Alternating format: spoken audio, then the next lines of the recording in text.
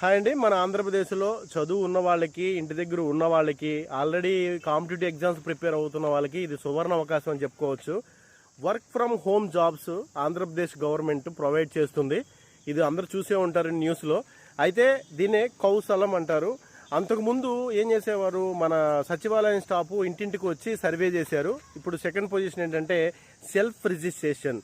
దానికి సంబంధించిన లింక్ నేను డిస్క్రిప్షన్లో పెడతాను. మీరు ఒకసారి లాగిన్ అయ్యి మీ యొక్క ఫుల్ డీటెయిల్స్ దాంట్లో ఎంటర్ చేయండి. కంపల్సరీగా యూజ్ అవుతుంది. ఇంటరు, డిగ్రీ, బీటెక్ ఎవరైనా సరే రిజిస్టర్ చేసుకోండి, కంపల్సరీ ఉపయోగపడుతుంది. అంటే వర్క్ ప్రొఫైల్ గురించి అయితే ఏం చెప్పలేదు, కానీ వర్క్ ఫ్రమ్ హోమ్ జాబ్స్ అయితే కంపల్సరీగా ఇస్తారు. అందరికి ఉపయోగపడుతుంది, యూజ్ చేసుకోండి.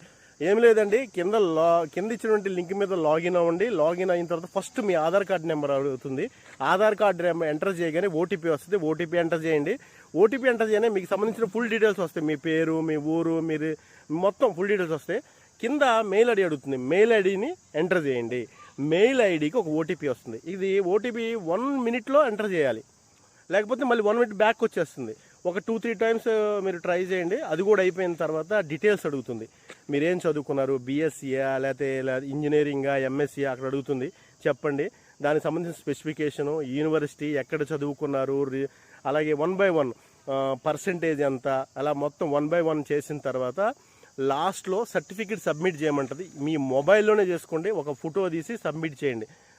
మనం సబ్మిట్ చేయగానే అలా తీసేసుకుంటుంది. నేను చేశాను, మా ఇంట్లో వాళ్ళందరితో కూడా చేశాను. మీరు కూడా చేయండి. అక్కడ యువర్ అప్లికేషన్ సక్సెస్ఫుల్ అని మీకు ఐడి నెంబర్ వస్తుంది.